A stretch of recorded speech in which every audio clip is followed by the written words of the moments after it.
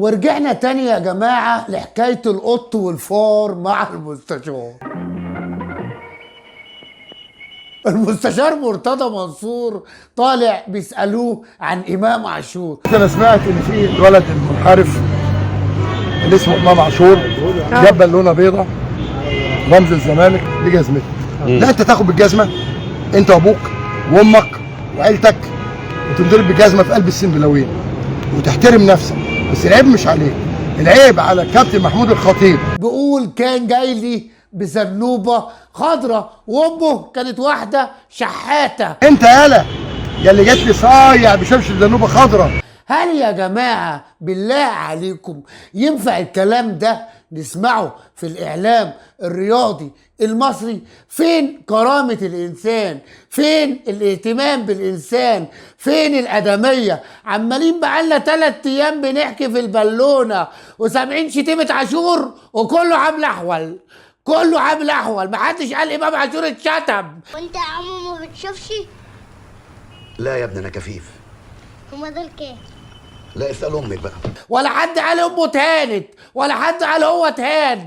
اداره النادي الاهلي دفنه راسها في الرمل على طول، اي حكايه دافنين راسهم في الرمل، مش فاضيين غير للكلمات على الفيسبوك، مش فاضيين غير للتصريحات اللي لا تودي ولا تجيب. ما ينفعش الكلام ده في الرياضه المصريه، ما ينفعش الاهانه، ده لاعب كبير. ونرجع بعد كده نقول اللعيب نفسيته تعبت، اللعيب اتأثر، اللعيب اتهان. الكلام ده لو عايزين الرياضة المصرية تتقدم لازم يتقدم لسنة، لازم اللي يغلط يتحاسب، لازم اللي يسيء لحد يعتذر له. واقول اهو اي حد مش عاجبه الكلام بتاعي يشرب من اي خراره.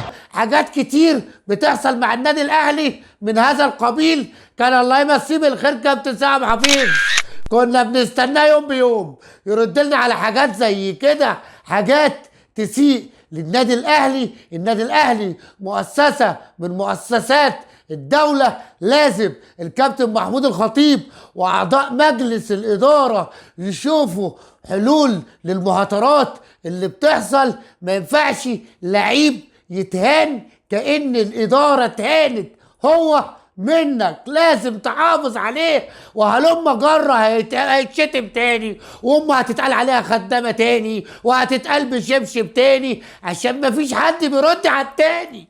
وانت لو بيرد على التاني مش هيقول تاني، لو هتحاسب التاني مش هيقول تاني. ما هو انت بالذات ما انتش فاهم لانك ما انتش قاعد كويس.